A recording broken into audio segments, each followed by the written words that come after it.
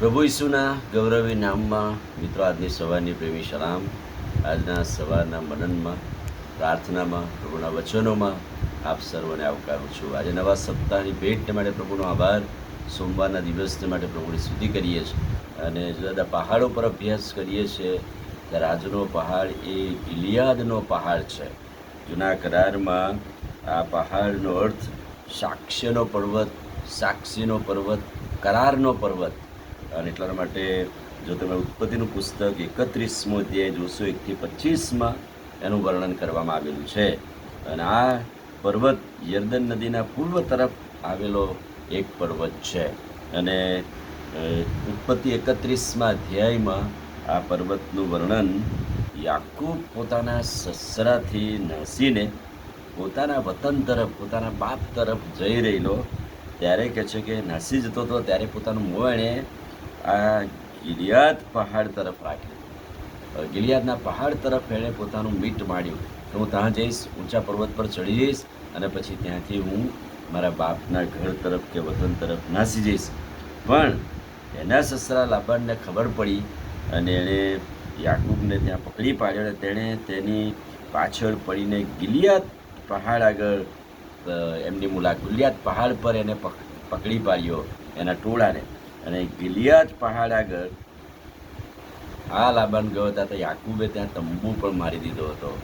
એટલે ત્યાં રોકાઈ ગયો હતો અને ત્યાં તંબુ મારીને થોડો ટાઈમ રહીને પછી ત્યાંથી એ પોતાના વતન તરફ જાત. પણ ત્યાં 31મો અધ્યાય 43-55 વચન, ઉત્પત્તિ 31 43-55માં બંને વચ્ચે કરાર કરવામાં આવ્યો. ગિલિયાદ પહાડ ઉપર જાણે કે યાકૂબ અને એના સસરા વચ્ચે કરાર કરવામાં આવ્યો અને યાકૂબે તેનું નામ ગાલિયેદ પાડ્યું.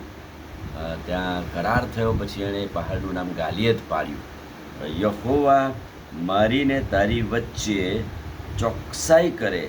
અને અહીં સાક્ષી સ્વરૂપે તેઓ આખી રાત એ પહાડ પર રહ્યા. ત્યાં સાક્ષી સ્વરૂપે જાણે કે કરાર કરવામાં આવ્યો અને ત્યાં બંનેની વચ્ચે જે કરાર થયો એ કરારની વાત આ પહાડ પર સાક્ષીનો પહાડ, સાક્ષ્યનો પહાડ અથવા તો એમ કહેવાય કે કરારનો પહાડ, બંનેની વચ્ચે કરાર કરવામાં આવ્યો.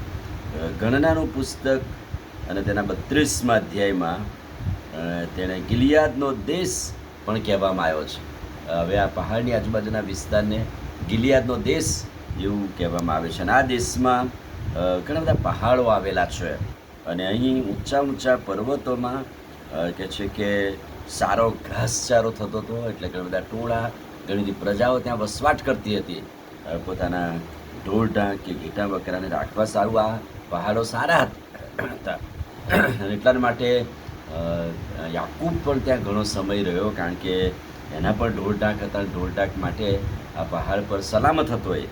અને છેક ન્યાયાધીશોના જમાનામાં આ દેશમાંથી યાઈર અને ઇપ્તાહ નામના ગિલિયાદી સુરવીરો પેદા થયા. અહીંયાથી જે સુરવીરો નીકળ્યા. ન્યાયાધીશોના પુસ્તકમાં આપણે ઇપ્તાહની વાત પણ સાંભળીએ છીએ, જાણીએ છીએ. અને એમાંથી કહે છે કે ગિલિયાદી સુરવીરો ઊભા થયા. અને છેક પ્રભુ ઈસુના જમાનામાં આ ગિલિયાદને પેરિયા નામ આપવામાં આવ્યું. પ્રભુ ઈસુના જમાનામાં પણ આ દેશ, આ પહાડો એટલા જ પરિચિત હતા, નામ ચેન્જ થતા રહ્યા. પણ આ પહાડ એ સાક્ષીનો પહાડ, સાક્ષ્યનો પહાડ, કરારનો પહાડ. અને ત્યાં યાકૂબ અને લાબાન વચ્ચે જે કરાર થયેલો ત્યાંથી તેઓ છૂટા પડેલા, વિદાય થયેલી. આમીન પ્રાર્થના કરી. ભલે પ્રભુ, આજે સવારે તમારા અદ્ભુત અને પવિત્ર વચનને માટે આભાર. વચનના પ્રકાશમાં અમને દોરો. આજનો એક નવો દિવસ, નવું સપ્તાહ શરૂ થાય છે ત્યારે મારા બધાની મદદ કરો. વિશેષ કરીને પ્રભુ, આજે આ વચન જેઓ સાંભળી રહ્યા છે પણ જેઓ દુઃખી છે, માદા છે, બીમાર છે, તકલીફમાં છે, મુશ્કેલીઓમાં છે, પ્રભુ એ બધાની મદદ કરજો, સહાય કરજો. કૃપા આપોના વચનો દ્વારા ઘણા બધાને તમે આશીર્વાદો આપો.